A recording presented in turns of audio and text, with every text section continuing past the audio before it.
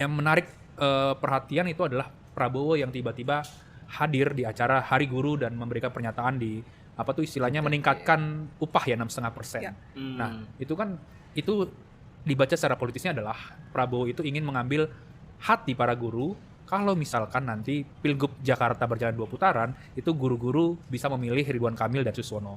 Pun hal yang sama, para buruh yang upahnya dinaikkan oleh Prabowo, tanda kutip, itu bisa memilih Ridwan Kamil dan Suswono. Jadi sudah ada istilahnya cipta kondisi lah, cipta kondisi kalau misalkan berandai nanti Pilgub ini berjalan 2 putaran begitu. Nah, Prabowo memang sangat concern di Jakarta. Jadi ada narasumber cerita di hari pemilihan, tanggal 27 November dari hari Rabu itu, malam-malam Prabowo berkumpul lah di rumahnya, itu dengan beberapa orang dekatnya begitu. Ada beberapa pilgub yang disorot. Yang pertama tentu Jakarta. Jakarta, Prabowo menelpon salah satu petinggi Gerindra menanyakan kok Jakarta bisa kalah. Coba diusahakan bagaimanapun 2 putaran. Itu pesannya. Lalu yang kedua, Prabowo sangat happy dengan kekalahan Andika Perkasa dan Hendar Prihadi di Jawa Tengah. Kenapa? Karena Prabowo ini sebel sama Andika Perkasa. Di kubu Prabowo itu beredar informasi bahwa Andika ini bisa naik jabatannya segala macam itu karena didukung oleh Prabowo Subianto begitu. Kok Andika yang sudah dibantu sedemikian rupa dalam karir di militernya itu justru mendukung Ganjar Pranowo bukan Prabowo Subianto. Makanya dia sangat happy sekali dengan kekalahannya Andika Perkasa di sana begitu.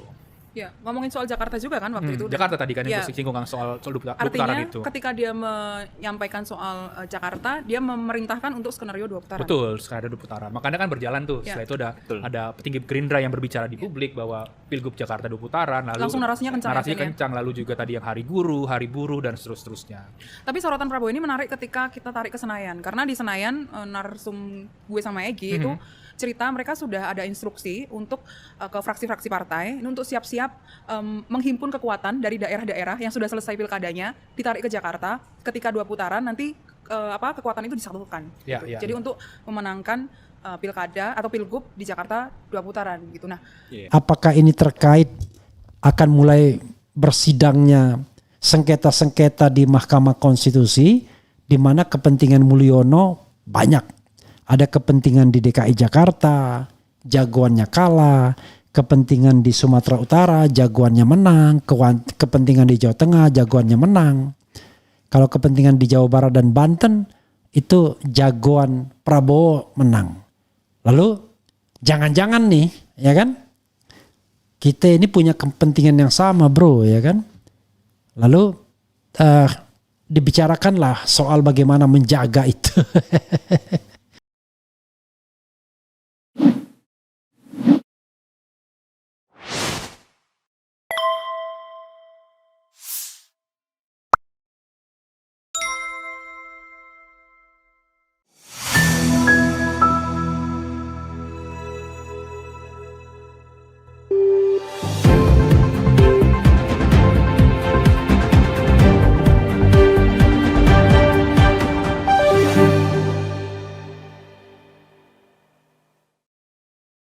Makan malam. Ada perbincangan soal pilkada Jakarta mungkin Pak? Maunya politik aja Pak. Terima kasih. Terima kasih. Selamat malam. terima kasih Bapak.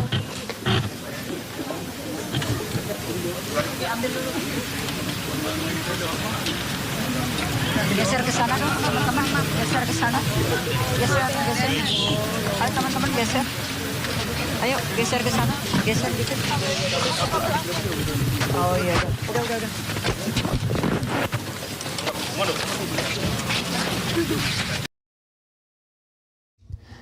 Assalamualaikum warahmatullahi wabarakatuh. Sobat RH sekalian, jumpa lagi kita di channel yang keren ini. Keren cadas. Ya Sobat RH sekalian, saya mau sampaikan satu berita breaking news ya, yaitu Prabowo Subianto kedatangan tamu istimewa di kediaman pribadinya di Jalan Kertanegara, Kebayoran Baru, Jakarta Selatan. Ya. Tamu istimewa itu bernama Joko Widodo alias Presiden ke-7. Pertanyaannya tentu, ada apa Jokowi datang. Kita tentu tidak bisa mendengarkan percakapan dia, dan kalaupun ada press conference, ya sering press conference-nya tentu tidak menyampaikan hal-hal yang sifatnya tertutup bagi publik, ya biasanya basa-basinya saja yang disampaikan. Jadi saudara sekalian, kita baca dulu ya, baru nanti kita tafsirkan pertemuan ini apa ya, apakah terkait dengan pilkada, apakah jadi menggugat ke MK ya? Ada nggak berita jadi menggugat ke MK tersebut ya? Kalau jadi barangkali ada kaitannya dengan pilkada atau apa ya? Atau menyuruh Prabowo untuk intervensi Mahkamah Konstitusi. kita lihat ya. Oke, breaking news dulu ya. Breaking news, malam-malam Jokowi temui Prabowo di Kertanegara. Oke. Tribunnews.com Jakarta, Presiden Prabowo Subianto menerima kunjungan Presiden ke-7 Joko Widodo Jokowi di kediamannya Jalan Kertanegara, Kebayoran Baru, Jakarta Selatan pada Jumat malam. Apakah terkait dengan KM 50? Karena besok kita mau ada acara KM 50 ya. Berdasarkan informasi yang diterima, Jokowi tiba sekitar pukul 19.45 waktu Indonesia bagian Barat. Sekarang udah pukul berapa? Nanti coba dicek-cek ada nggak perkembangan beritanya ya. Jokowi tiba dengan pengawalan Pas Pampres Grup D. Tampak pengawal Jokowi Kapten Windra Sanur berada di depan kediaman Prabowo. Belum diketahui apa agenda Jokowi bertemu Presiden Prabowo. Nggak mungkin juga dikasih tahu ya. Hingga berita ini diturunkan, pertemuan masing-masing masih berlangsung. Namun yang pasti sejumlah petugas keamanan dari Pas Pampres berjaga di depan kediaman rumah Prabowo. Ada nggak beritanya lagi ya? Coba kita lihat ya. Jokowi temui Prabowo. Ya, saudara sekalian. Nih ya, Jokowi soal temui Prabowo. Ini kunjungan balasan karena kangen. How? Luar biasa. Kangen ya. Kemudian Jokowi temui Presiden Prabowo di Kertanegara kompak pakai batik. Jokowi temui Prabowo di Kertanegara malam ini. Jokowi temui Presiden Prabowo Subianto di Kertanegara. Ada apa ya? Jokowi makan malam bersama Prabowo. Menunya ayam goreng. Breaking news, malam-malam Jokowi temui Prabowo di Kertanegara. Oke. Coba kita lihat ini ya, basa-basinya ya, tentu basa-basi setelah itu kan. Presiden RI ke-7 RI Joko Widodo Jokowi menyambangi kediaman Presiden ke-8 RI Prabowo Subianto di Kertanegara, Jakarta Selatan. Pertemuan itu disebut sebagai kunjungan balasan Prabowo yang pernah bertandang kediaman Jokowi di Solo, Jawa Tengah beberapa waktu lalu. Prabowo mengungkapkan dirinya mendengar kabar Jokowi ke Jakarta. Prabowo mengaku mengundang Jokowi makan malam. Jadi saya dengar Pak Jokowi ada di Jakarta, ya, saya undang makan. Jadi saya pernah ke rumah beliau di Solo, saya undang ke Kertanegara, kata Prabowo seusai pertemuan di Kertanegara, Jakarta Selatan Jumat. Oke. Tadi kita makan malam Pak ya, lanjutnya. Sementara Jokowi yang berdiri di samping kiri Prabowo mengungkapkan kedatangannya itu sebagai kunjungan balasan. Dia juga mengatakan kunjungan tersebut karena kangen. Luar biasa. Beliau Bapak Presiden waktu ke Merauke kan kemudian mampir ke Solo. Ini saya pas ke Jakarta kayak kunjungan balasan karena kangen. Karena kangen kata Jokowi. Luar biasa. Saling kangen. Emang 5 tahun di pemerintahan itu luar biasa ya. Jadi saudara sekalian,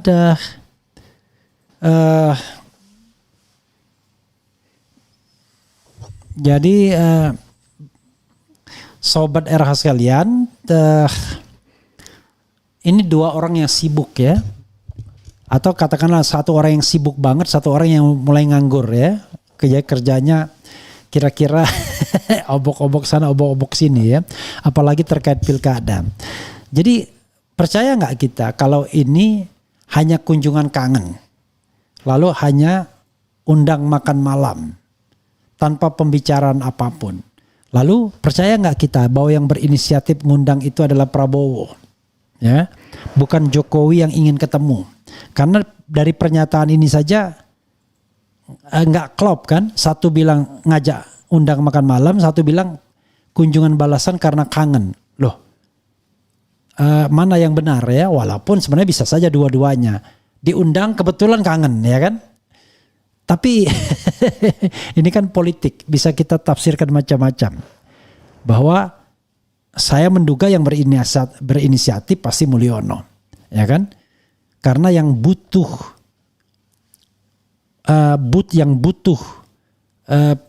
Mulyono, bukan yang butuh Prabowo tentunya, karena yang presiden sekarang Prabowo Subianto. Itu satu. Yang kedua, agendanya apa? Apakah agendanya itu terkait dengan pilkada? Mungkin saja. Apakah terkait dengan KM 50? Bisa jadi. Ya kan? Karena soal KM 50 digaungkan lagi Habib Rizik Syihab. Dan jangan lupa, dalam perspektif hak asasi manusia, Presiden Jokowi kala itu bisa terlibat.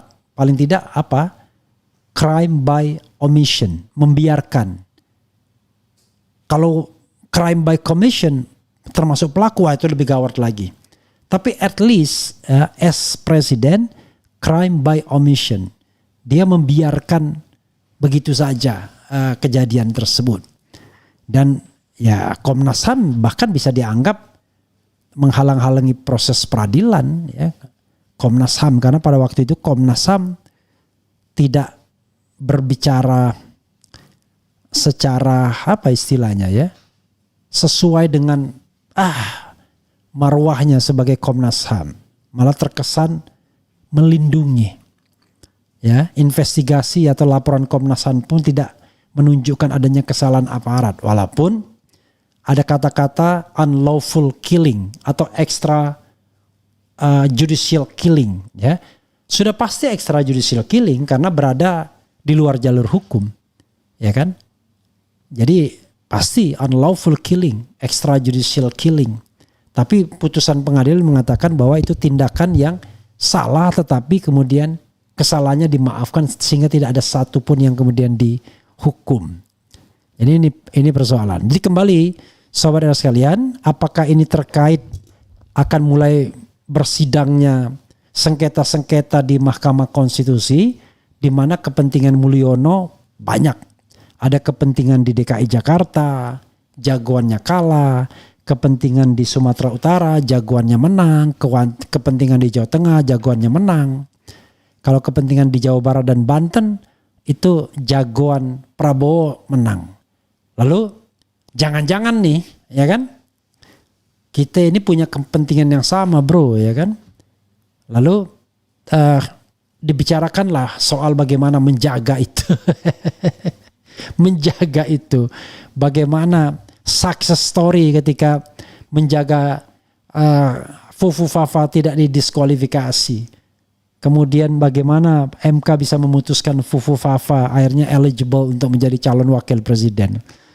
Apakah pengalaman itu ataukah sharing information itu yang dibuat? Ya kita nggak tahu. Kita hanya menduga-duga, tapi kalau kita lihat momen yang terdekat adalah dua itu. Kalau nggak pilkada KM 50. Karena jangan salah, kalau dia terlibat crime by omission, wah itu hukumannya jangan salah, hukumannya bisa seumur hidup ya.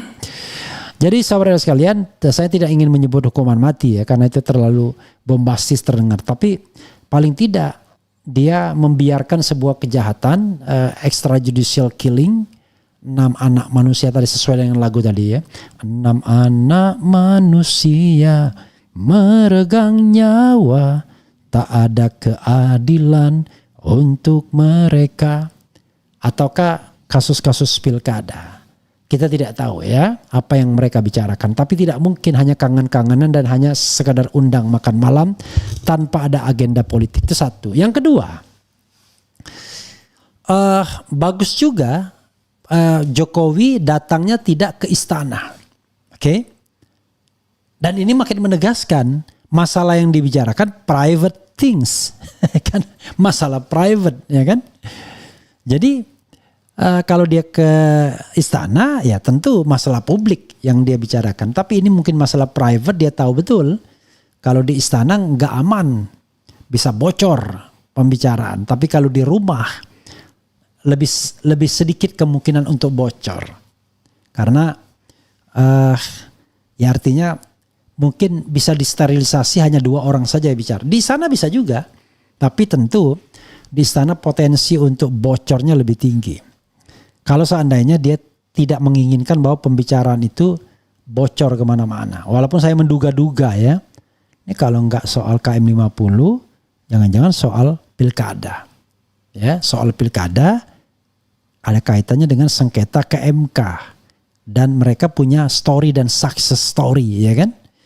Oke, itu perasaan saya. Jadi dalam hal ini mereka ditemukan oleh kepentingan yang sama. Atau jangan-jangan Prabowo tidak begitu. Mulyono saja yang terus menggedor dia terus-menerus untuk bagaimana kemudian menyandra Prabowo dengan cara memainkan yang namanya intervensi terhadap prinsip the independency of judiciary. Dalam hal ini Mahkamah Konstitusi. Wallahu alam ya. Oke, saudara sekalian. Besok jangan lupa ya. Nanti live pukul 09.00. Yaitu semacam bukan peringatan. Kalau peringatan lah.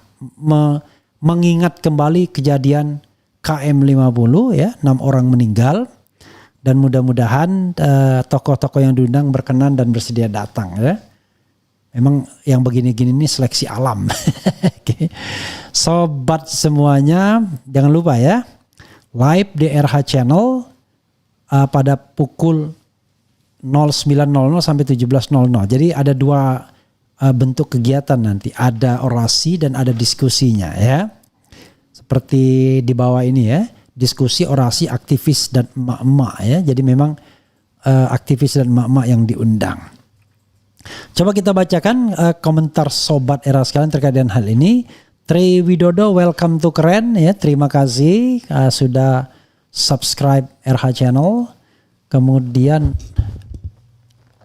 nanya, kenapa kau tega bro? Kemudian buat saudara-saudara kita yang masih bermimpi Prabowo akan menyingkirkan Mulyono, buruan bangun woi. Mereka satu paket bekerja sama dalam pemilu yang kotor. Kemudian mungkin ngadu karena dipecat PDIP, kader PDIP harus hati-hati serangan Parcok sama KPK, waspada serangan Pajar. Selama lengser nggak tidur nyenyak dia. Bayangkan ini baru 2,5 bulan saja ya. Lebih sedikit berapa hari ya, lebih 2 hari lah. 2,5 baru 1 bulan, 1 bulan setengah ya, lebih 2 hari lah. Langsung 2 kali dia pertemuan, cepat kali rindunya. Luar biasa ya. Oke, mungkin ngadu karena dipecat PDIP, kader PDIP harus hati-hati. Selama lengser nggak tidur, amin-amin jabang baik. Pak Prabowo jangan mau nurut sama Jokowi. Kita belum ganti presiden kan? Sudah. Wow, gua dipecat PDP. Wow, segampang itu ketemu Presiden Prabowo. Nggak ada harga diri. Jadilah teladan dapat Miftah yang sudah mengundurkan diri atas kesalahan yang dilakukan. Semoga Fufu Fafa dan Budi Ari melakukan hal yang sama sebelum dimakzulkan oleh MPR dan si Budi dipecat atau diresapel oleh Presiden ya. Si Taim mengundurkan diri. Taim itu ini ya. Mengundurkan diri karena desakan masyarakat. Jokowi harus tanggung jawab mengorbitkan orang yang mencari perahu yang baru habis dipecat. Jangan-jangan juga ya.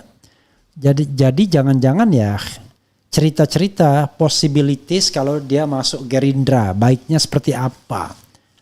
Apakah dia bisa menjadi ketua dewan pembina ya kan? Karena di Gerindra kan tidak ada dua dewan pembinanya. Ketua umum merangkap ketua dewan pembina. How come bikin organisasi seperti itu?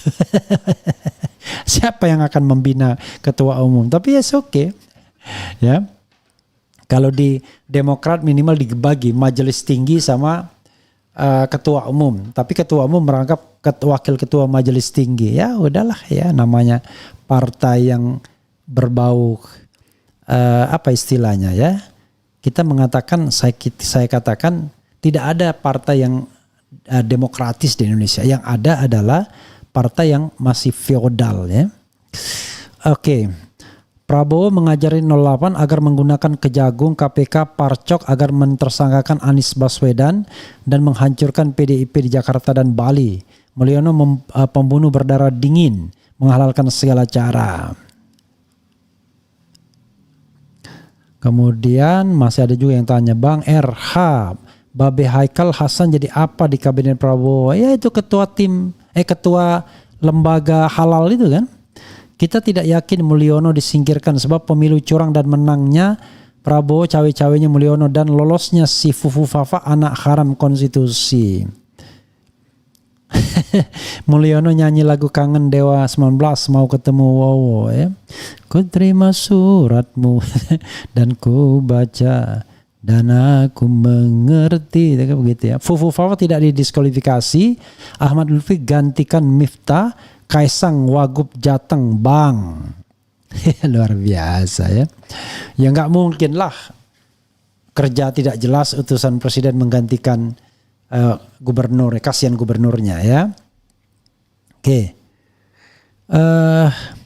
Orang yang berdosa tidak akan tenang hidupnya. Jokowi salah satunya orang yang telah berbuat jahat. Misi Jokowi ketemu Prabowo tidak ada lain berupaya untuk mencari cara keselamatan dirinya dari zalimnya saat menjabat presiden.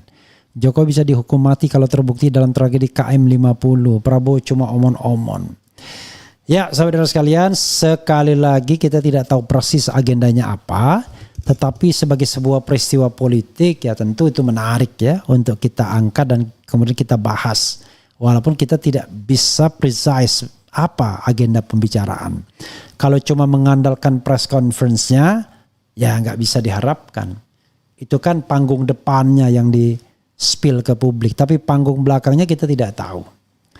Ya, panggung depannya kangen, ngundang makan, ya kan, kebetulan di Jakarta dan lain sebagainya. Tapi panggung belakangnya apa? Ya, itu yang paling penting sesungguhnya ya. Dan saya kira panggung belakangnya tidak jauh-jauh dari urusan Jokowi sendiri, entah di pilkada, entah di KM 50, entah di partai politik. Ya.